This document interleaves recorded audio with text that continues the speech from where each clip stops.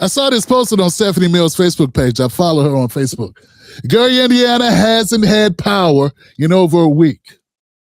She posted this a few days ago. It's almost 10 days now. And the next estimates are that it won't be restored until the 25th.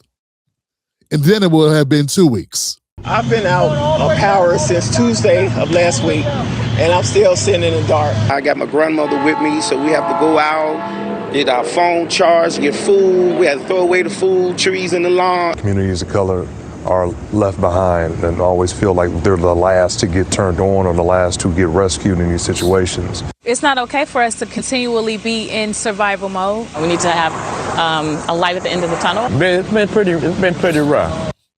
Well, more than a week and a half after devastating storms swept through Indiana, killing at least 7 people, thousands are still without power. Utility crews working around the clock, but the thousands of lingering outages remain concentrated in the northwestern part of the state. And ground zero of the outages is centered in Michael Jackson's hometown of Gary, Indiana. Utility company NIPSCO says some 40,000 in the region could remain in the dark until sometime next week.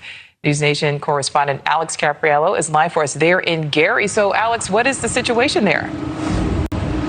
Yeah, Nicole, it's been 10 days since this storm hit Gary, Indiana, and scenes just like this one are playing out all across the city. You see these downed trees and the downed power lines that still need to be cleaned up. The result is tens of thousands of people that live here in this city still without power. I mean, just at all of the years of my life, I've never seen this much devastation, this much damage. New numbers from the Northern Indiana Public Service Company, also known as NIPSCO, show around 43,000 customers are still without power. 16,000 of those are in Gary, including Gary Mayor Eddie Melton. Melton has repeatedly voiced his frustrations with NIPSCO, saying the utility company needs to do more to restore power to his city. His administration has now requested additional utility crews and linemen to help speed up recovery efforts. Just imagine someone with medical conditions, individuals that haven't been able to talk to family members around the country, reaching out, wondering how they're doing.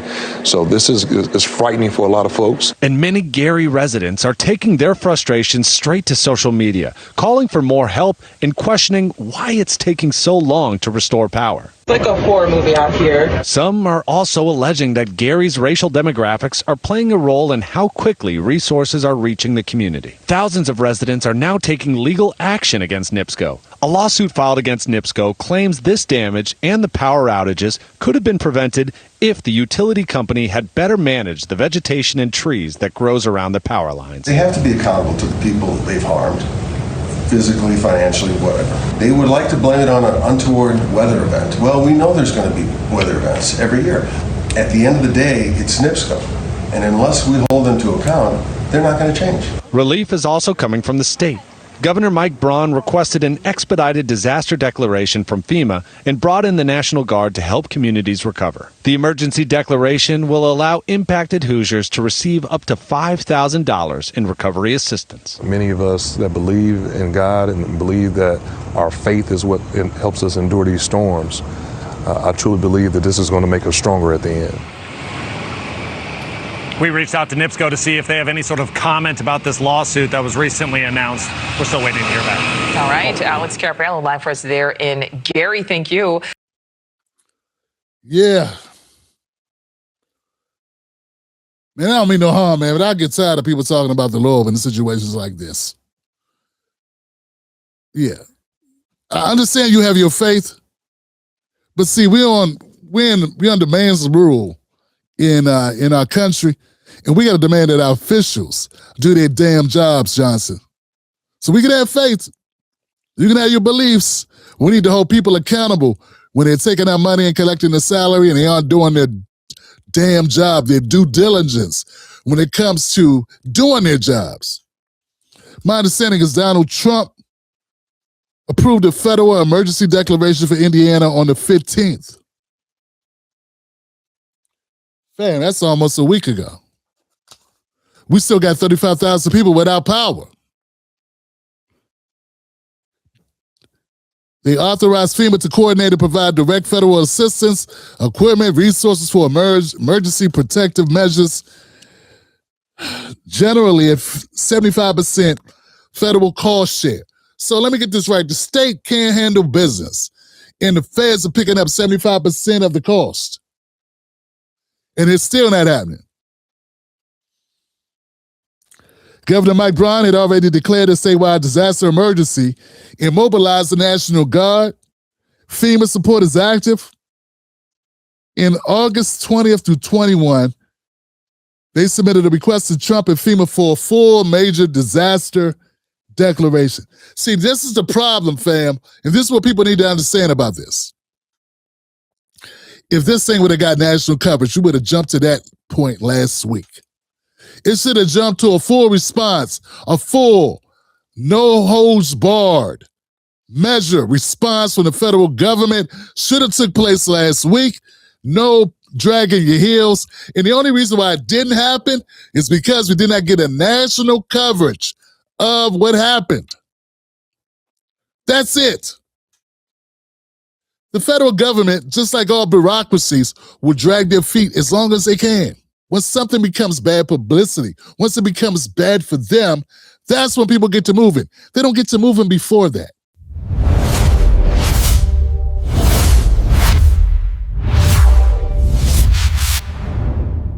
Breaking news. This morning, Don Lemon had the mayor of Gary, Indiana on his show to discuss the power outage crisis. Props to Don for this coverage. Here's a snippet from their conversation. Go see Don Lemon's YouTube channel for the full episode. Mayor Melton, thanks for joining us. How you doing today? I'm holding on, man. Thanks for having me. Thank you very much. Can you give us the latest on the outage? It's been 2 weeks, and how many people are still without? Yeah, so at the height of the storm, we had 38,000 outages. Gary is a population of about 68,000 people. Right now, the outage number that I last received yesterday, probably like around 9 p.m., we're a little bit under 10,000 outages throughout the entire city of Gary. 10,000 outages. We have not heard much nationally, and I must admit about this. We've done some things in our, newsletter or whatever, but national news has not been there. Maybe they're finally starting to catch on. Do you guys feel like you were in the dark in more ways than one, meaning from the eyes of the public or from mainstream media? Yeah, no, absolutely. In the beginning, it was going very unnoticed, but through the outrage of the public and citizens and notable folks that are from Gary started raising their voice. Glenn Robinson, former NBA player, Denise Williams, Freddie Gibbs, all of these folks started raising their voice, along with the residents on social media. We started to pick up that momentum in terms of folks knowing about what's happening on the ground. So this national attention has applied pressure. I've been able to add additional pressure onto the utility company as it relates to why didn't they put the right amount of people on the ground to address this issue at the onset of. Do you think it could have been done faster? Because the federal government, that wouldn't be you, that would be the governor. Do you think it could have been faster? Well, as the mayor had just got his lights turned on last night, I'm at home. Of course, the moment the lights go out, you want it done immediately. So right. I believe everyone could have responded a little bit quicker, but I think with the resources we have on a local level, we've done the best we can to serve people. We activated 24-hour shelters. We've brought in so much resources. Lowe's, Bucket Brigade, they brought cleaning supplies for folks to clean out their refrigerators. Mm-hmm. Lilly Corporation is helping folks to replenish their medicine. A lot of medicines that need to be refrigerated. And right now they're providing vouchers for those that have been impacted by the disaster. Denise Williams, Freddie Gibbs, Big Dog, Glenn Robinson, all have been donating hundreds of thousands of dollars to help us get through this devastation. This is, to me, it feels like neglect. Do you think that some of that neglect comes from, or is happening, if you feel that way? It may be in part because Gary is a Black working class city? 100%. I believe a couple things are at play here. During the middle of the restoration process. The utility company, and full transparency, 15 years, I worked for that company, so I know about the process. They were releasing the updates of restoration, and Gary was not listed on that restoration list.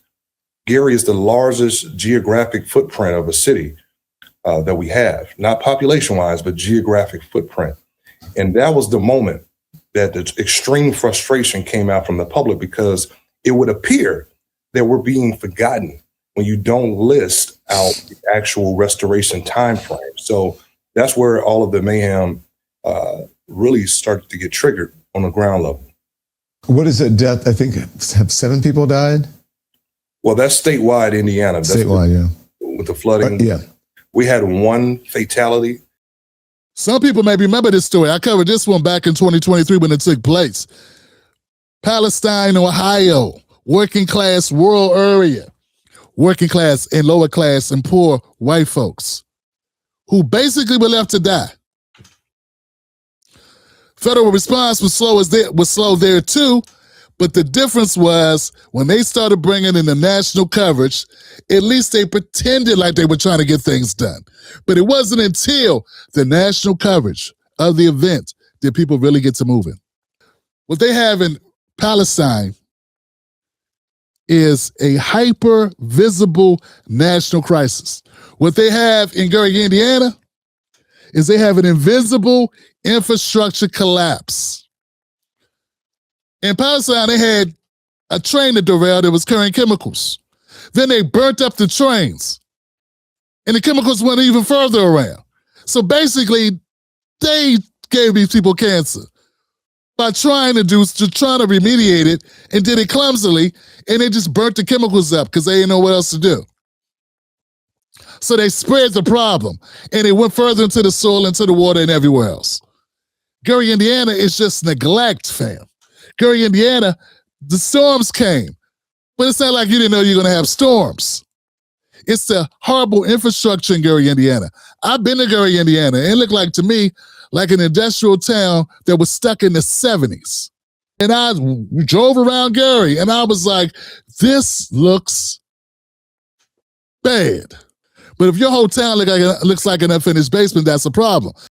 Also put this in context of what's happening in Alabama with the dirty water, with the cancer levels. They got Cancer Alley. Fam, it's like this all over the country in different pockets. We all know that the treatment that people without money get, generally speaking, is never going to be as well as if it was in the backyard of Martha's Vineyard.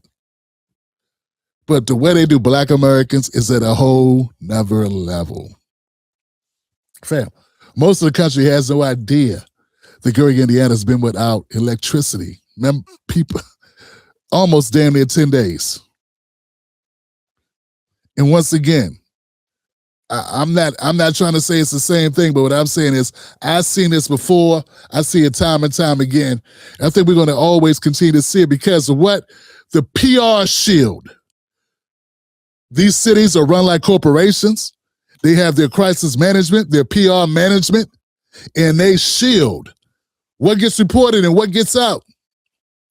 So a situation like this, just like when it comes to Black Americans being found hanging from trees, this is when you need celebrities. I'm always reminded how Black culture has a lot to do with our performers, our entertainers, our athletes, our fashion, all these things that make us fly, that the entire country uses, hell, and the entire world takes from Black Americans. We are the predominant cultural movers of the globe, and they love using us for that. But when it comes to us getting fair treatment, we need those same movers and shakers to go to Gary, Indiana, to go to Cancer Alley in Alabama. We need them to go make noise. That's what your notoriety should be for. Not to go to the Invest Fest and help Rashad and his boy make money, get more investors, to get a picture with Steve Harvey. Nah, but to go here. And on top of that, Where's Congressional Black Caucus? Where is the Congressional Black Caucus? Where is the NAACP? I don't need to see a goddamn press release. I could write a press release. Hell, I got Claude. We can use AI to write a press release. We don't want a press release. We want you and all of those relics in the Congressional Black Caucus to be in Gary, Indiana, to be in Alabama, to be in Flint.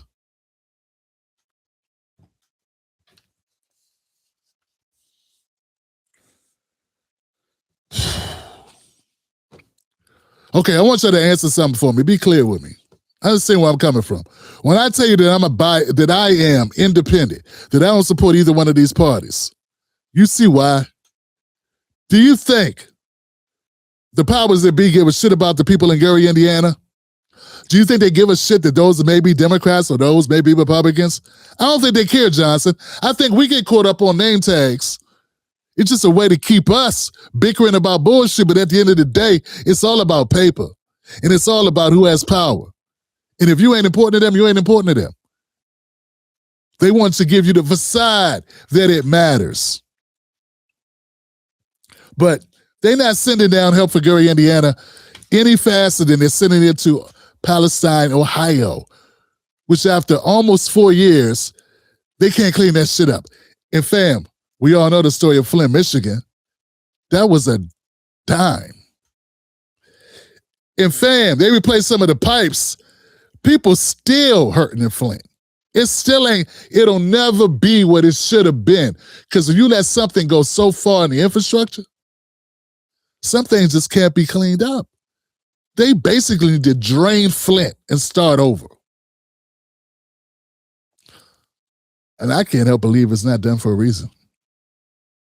Yeah, but if you got stars, if you want to make the argument that we got stars and celebrities, and that's the culture, Tim, you need to be in touch with the culture. You don't watch enough sports, Tim. I'm busy.